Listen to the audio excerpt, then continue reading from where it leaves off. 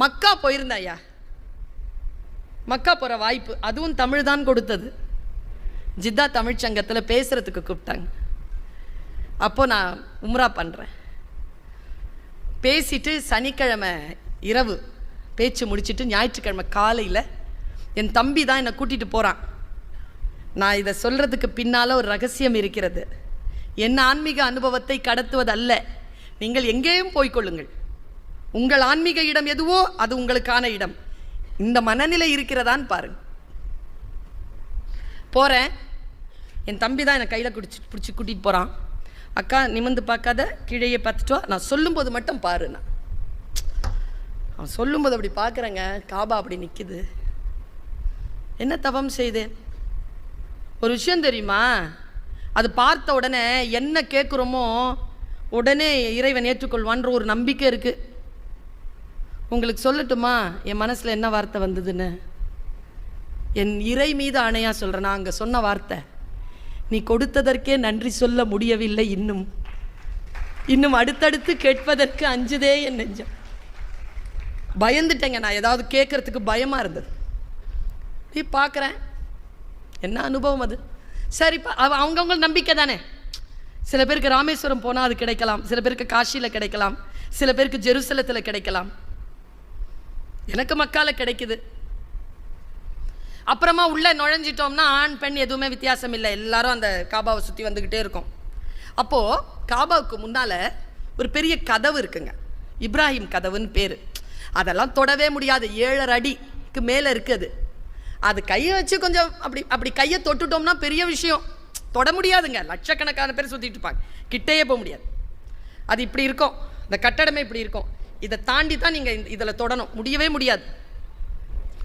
எனக்கு தான் கொஞ்சம் பிடிவாதக்காரி. நான் நுழைஞ்சிட்டேன். உள்ள போயிட்டேங்க. கிட்ட மேலே பார்க்குறேன். நான் இருக்கிறேன் 5.5 அடி, அது இருக்குது 7.5 அடி. சான்ஸே கிடையாது. கை தூக்குனா கூட இவங்க தான் போகுது. உள்ளெல்லாம் போக தொடவே முடியாது. அப்படி கூட்டம். ஆனாலும் அது பக்கத்தில் நிற்கிறதே ஒரு வைப்ரேஷன் தானே. பார்த்துக்கிட்டே நிற்கிறேங்க. என்னமோ தெரியலைங்க. பின்னால் இருந்து ஒரு பொண்ணு ஹங்குது. யாரா இதுன்னு பின்னால் பார்த்தா இருக்கிறாங்க. அவ சிரியா போல இருக்கு, இல்லை ரஷ்யா இருக்கணும். நல்ல பெரிய உயரம், பயங்கர உயரம். அந்த பொண்ணு கண்ணில் பேசுகிறாங்க என்கிட்ட. நீ மறைச்சிக்கிட்டு இருக்கிற என்ன உன்னால் தொட முடியாது. நீ நகர்ந்தனா நான் தொட்டுருவேன். எதை? ஏங்க என் லைஃபுங்க, அது என் இலக்கு. போய் அந்த பொண்ணு என்ன நகர சொல்கிறா. ஆனாலும் மனசில் அவள் கண்ணில் தண்ணி போயிட்டே இருக்கு. நம்மளால் முடியல. நாம் எதுக்கு இன்னொருத்தங்களுக்கு தடையாக இருக்கணும்ன்ட்டு என்னுடைய பலத்தை கொண்டு அப்படி திருப்பி அந்த பெண்ணை மட்டும் அப்படி உள்ளே அனுப்பிட்டேன். அவளை போயிட்டான். உள்ளே போனால் அது பாருங்க, அது கை இவ்வளோ உள்ளே போயிடுது. அதுக்கு அவ்வளோ ஹைட். அதுவே 6 அடி 6.25 மேலே இருக்கிறான். அவள் கை இவ்வளோ பெருசு. அது தாராளமாக போயிடுச்சு. பார்த்துக்கிட்டே இருக்கிறாங்க.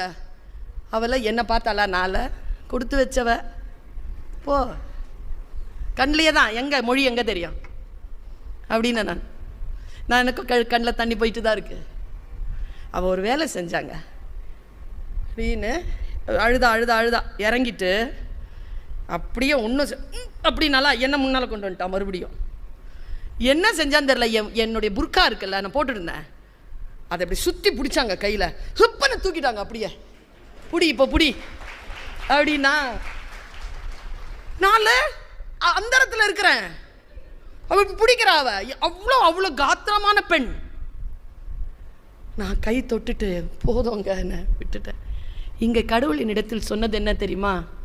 நீ தொட வேண்டும் என்று நினைக்கிறாய்.